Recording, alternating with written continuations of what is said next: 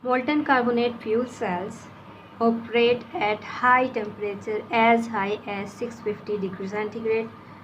The high temperature makes cogeneration of electricity from waste heat obvious and thus leading to the higher efficiencies. The current density generated by these cells are much higher than the phosphoric acid fuel cells but much less than the solid oxide fuel cells or the polymer electrolyte membrane fuel cells. A molten carbonate fuel cell normally generate 0.16 ampere per centimeter square current density and 0.76 volt voltage difference per unit cell. And this technology is suited for non-mobile, relatively constant use applications, particularly utility scale electric generation.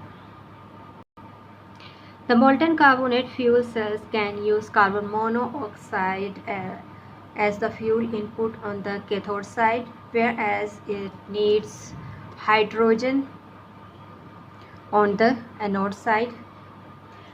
Carbonate ions CO3 2- are produced at the cathode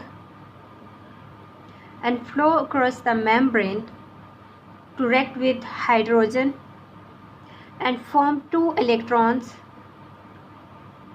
The temperature is high enough for additional power production through cogeneration of steam and low enough to eliminate the need of expensive catalysts required in the solid oxide fuel cells.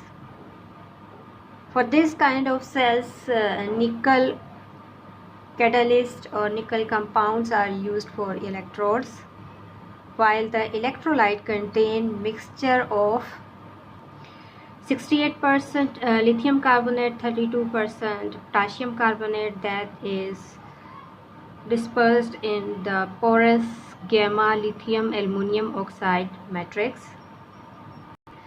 The efficiency using this system has risen to 50% in a combined cycle, where steam is produced from the operating temperature of device, and the steam is also used in a productive manner that is referred as cogeneration. It means that the generated heat is used in a form of steam.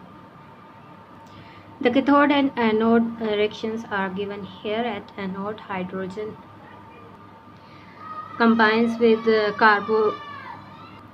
carbonate ions to generate 2 electrons that are transported to the external circuit, generating the current density, and then these 2 electrons combine with oxygen and carbon dioxide to generate